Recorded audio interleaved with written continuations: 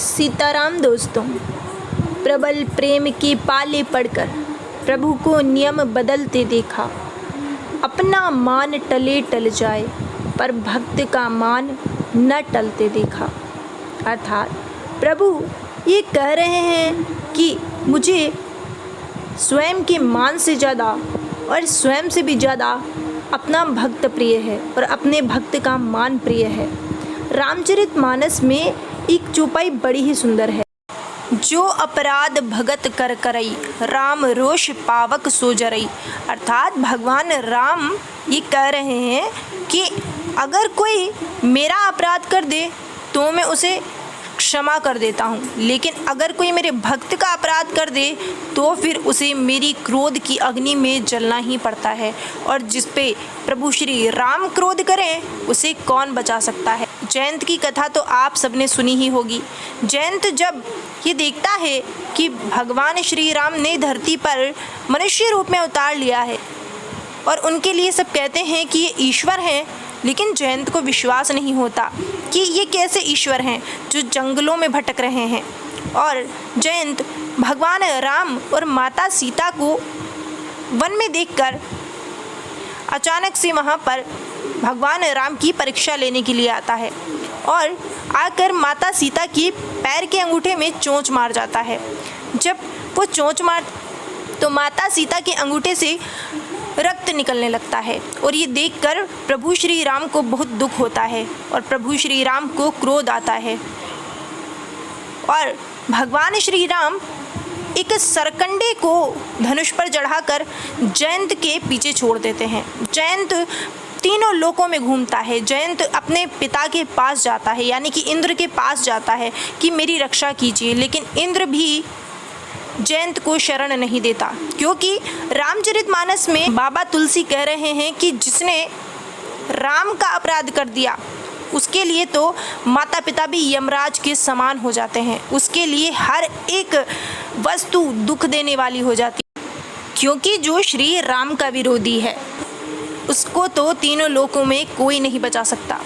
जयंत ब्रह्मा जी के पास जाता है, जयंत भगवान शिव के पास जाता है और जयंत को फिर जब हर तरफ से निराशा ही प्राप्त होती है कि उसे कोई नहीं बचा सकता, तब उसे रास्ते में मिलते हैं नारद जी।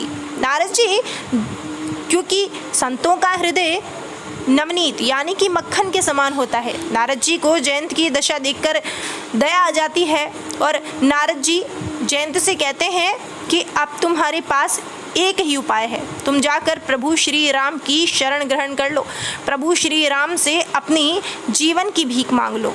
जयंत दौड़ता हुआ भगवान श्री राम के चरणों में जानता है और भगवान श्री राम से कहता है कि प्रभु त्राहि माम त्राहि माम त्राहि माम, मुझसे गलती हो गई, मैंने आपकी परीक्षा लेनी चाहिए, मुझे माफ़ कर दीजिए। भगवान शंकर माता पार्वती से कह रहे हैं कि प्रभु इतने दयालु हैं कि प्रभु ने जयंत को सिर्फ एक आँख से काना करके छोड़ दिया। अगर और कोई होता तो वो जयंत के प्राणों को नहीं बख्शता, लेकिन प्रभु ने एक आँख से काना करके छोड़ दिया। इससे हमें साफ साफ पता चलता है कि प्रभु श्री राम अपने भक्तों पर कितनी दया करते हैं। प्रभु श्री राम कह रहे हैं कि भक्त तो मुझे मेरे प्राणों से भी प्रिय हैं। और कुछ नहीं तो आप महाभारत के समय जयद्रथ की ही कथा ले लीजिए। जयद्रथ जो कि दुर्योधन के जीजाजी थे। अर्जुन ने ये प्रतिज्ञा ले ली कि कल मैं सूर्यास्त से पहले जयद्रथ को मृत्यु के घाट उतार दूंगा और अगर नहीं उतार पाया तो मैं अग्नि समाधि ले लूँगा। अब जो कौरव थे उन्होंने जयद्रथ को छुपा दिया। सूर्यास्त तो होने वाला था, लेकिन जयद्रथ किसी को भी नज़र नहीं आया। अब अर्जुन के पास कोई ऑप्शन नहीं बचा। अर्जुन को लगा कि अब मुझे अग्नि समाधि लेनी ही पड़ेगी क्योंकि मैंने प्रतिज्ञा ली है। लेकिन वो कहते हैं ना, जिसके रक्षक स्वयं भगवान होते हैं उसका क्या कोई बाल भी बांका कर सकता है। उसके लिए तो प्रभु अपने नियम तक पलट देते।